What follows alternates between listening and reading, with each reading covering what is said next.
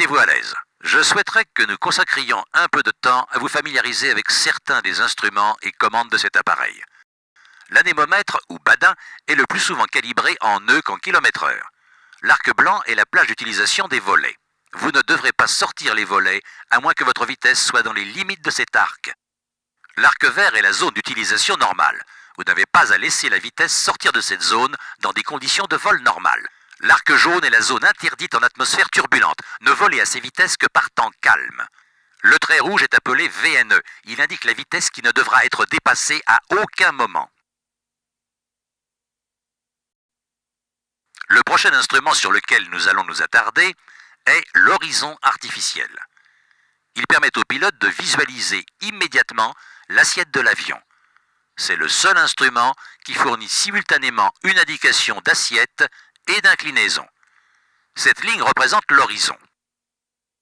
Lorsque le symbole de l'avion est aligné sur elle, l'appareil vole droit et en palier. Ces marques indiquent votre assiette par incrément de 5 degrés. Une assiette accabrée de 10 degrés serait matérialisée comme ça.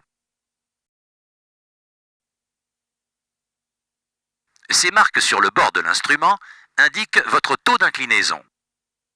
10, 20, 30, 60 et 90. Voyez à quoi correspond une inclinaison de 30 degrés.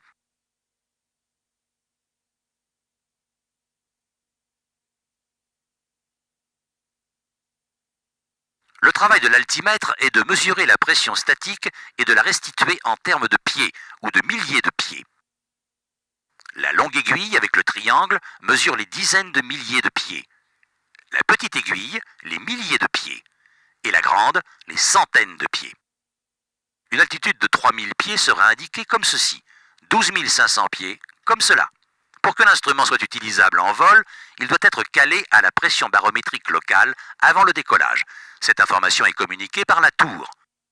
L'indicateur de virage est constitué de 2 éléments principaux. Un avion miniature pour indiquer le taux de virage et un inclinomètre pour indiquer si le virage est ou non coordonné. Vous pouvez utiliser l'avion miniature pour établir et maintenir un virage à taux standard en l'alignant avec l'indice de virage. Cela signifie que vous virez à un taux de 3 degrés par seconde. À ce taux, vous effectuerez un virage complet, donc à 360 degrés, en 2 minutes. L'inclinomètre représenté par la bille indique la qualité du virage. Vous maintiendrez un vol stabilisé ou coordonné en gardant la bille centrée. Si la bille n'est pas centrée, poussez la pédale du palonnier du côté où elle dérive. Vous éviterez ainsi la glissade ou le dérapage. Le conservateur de cap ou directionnel est un instrument gyroscopique et non magnétique. Il indique le cap sur un azimut à 360 degrés dont le dernier zéro est omis. En d'autres termes, 3 correspond à 30 degrés, 22 à 220 degrés. Du fait qu'il ne dispose pas d'aimant vers lequel pointer, vous devrez fréquemment le caler sur le compas magnétique. Le VSI, en français indicateur de vitesse verticale ou variomètre, mesure votre taux de montée ou de descente en centaines de pieds par minute.